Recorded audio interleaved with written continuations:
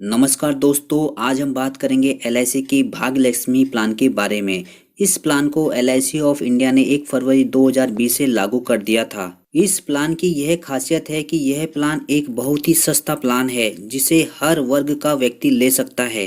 यह पॉलिसी उन लोगों के लिए एक खास पॉलिसी है जो अपने परिवार को सुरक्षा देना चाहते हैं लेकिन कोई बड़ा बीमा नहीं ले सकते। इसलिए एलआईसी ऑफ इंडिया ने इस प्लान को बाजार में उतारा है। आगे हम जानने की कोशिश करेंगे कि इस पॉलिसी के क्या क्या फायदे हैं तथा इस पॉलिसी को कौन कौन व्यक्ति ले सकते हैं, और अंत में इस प्लान को एक एग्जाम्पल द्वारा समझने की भी कोशिश करेंगे। यह योजना नॉन लिंक्ड नॉन पार्टिसिपेटिंग यानी यह मार्केट से जुड़ा हुआ नहीं है। यह प्लान इंडिविजुअल यानी व्यक्तिगत, लाइफ माइक्रो इंश्योरेंस यानी सूक्ष्म बीमा और टर्म प्लान है। आपको पॉलिसी की मैच्योरिटी पर सम अश्योर्ड का 110% गारंटेड रूप से दिया जाता है। अब बात करते हैं इस प्लान के की फीचर्स की। इस प्लान को लेने के लिए मिनिमम एज 18 साल रखी गई है। इस पॉलिसी में पॉलिसी की मैच्योरिटी होने से 2 साल पहले ही आपकी प्रीमियम बंद हो जाती है, यानी आपको अंत के 2 साल के प्रीमियम की छूट दी जाती है।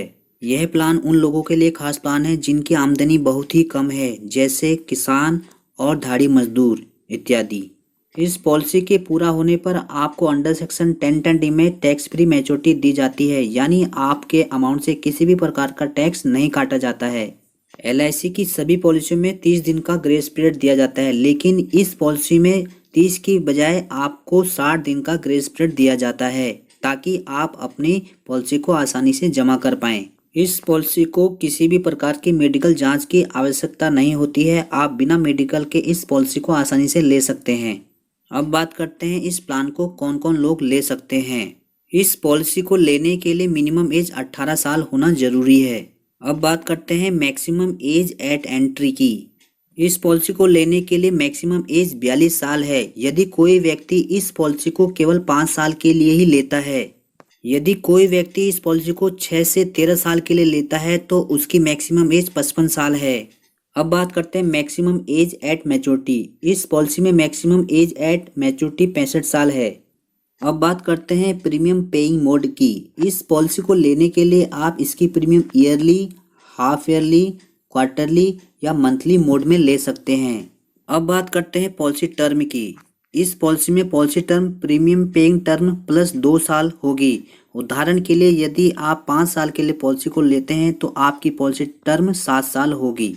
अब बात करते हैं प्रीमियम पेमेंट टर्म की। इस पॉलिसी में प्रीमियम पेमेंट टर्म 5 से 13 साल है।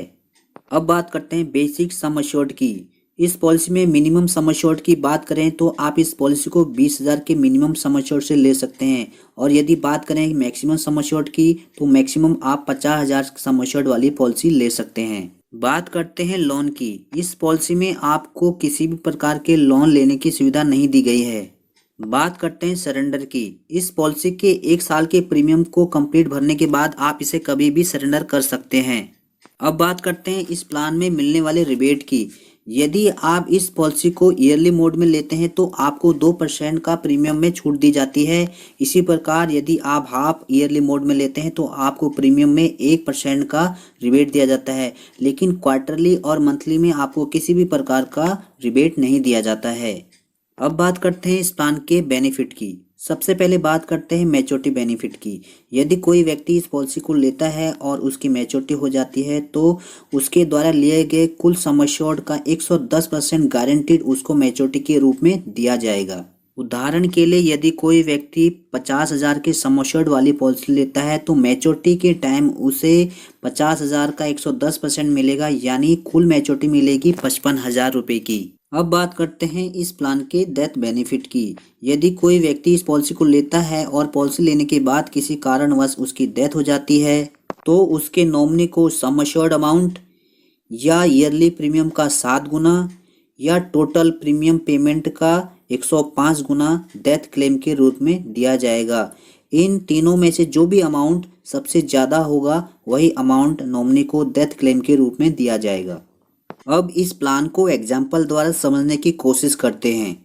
मान लीजिए मिस्टर सुनील, जिनकी एज अभी 30 साल है और वह इस पॉलिसी को 12 साल के लिए ले रहे हैं और उन्हें प्रीमियम पेमेंट केवल 10 साल ही करनी है और वह सम अश्योर्ड ले रहे हैं 25,000 रुपये का। इसके लिए मिस्टर सुनील को ईयरली प्रीमियम देना होगा 1238 रुपये 10 साल के लिए, और 10 साल में टोटल अमाउंट जमा होगा 12,380 रुपये। 42 साल की एज में जब मिस्टर सुनील की मैच्योरिटी हो जाएगी तो उन्हें maturity amount 110% of total premium paid का मिलेगा। मतलब मिस्टर सुनील ने 10 साल में 12,380 रुपये प्रीमियम का भुगतान किया है। 10% निकालें तो 1238 रुपये होगा। यदि इन दोनों अमाउंटों को जोड़ें तो मिस्टर सुनील को मैच्योरिटी के रूप में मिलेंगे 13,618 रुपये। अब हम बात करते हैं कि यदि मिस्टर सुनील की पॉलिसी लेने के बाद किसी कारणवश डेथ हो जाती है तो उसके नॉमिनी को क्या क्या फायदे दिए जाएंगे। यहाँ सुनील की पॉलिसी लेने के 3 साल बाद किसी कारणवश डेथ हो जाती है तो मिस्टर सुनील के नॉमिनी को डेथ क्लेम के रूप में मिलेंगे 25,000 रुपये, और यदि डेथ एक्सीडेंट से हो जाती है तो उसके नॉमिनी को टोटल अमाउंट मिलेगा 50,000 रुपये।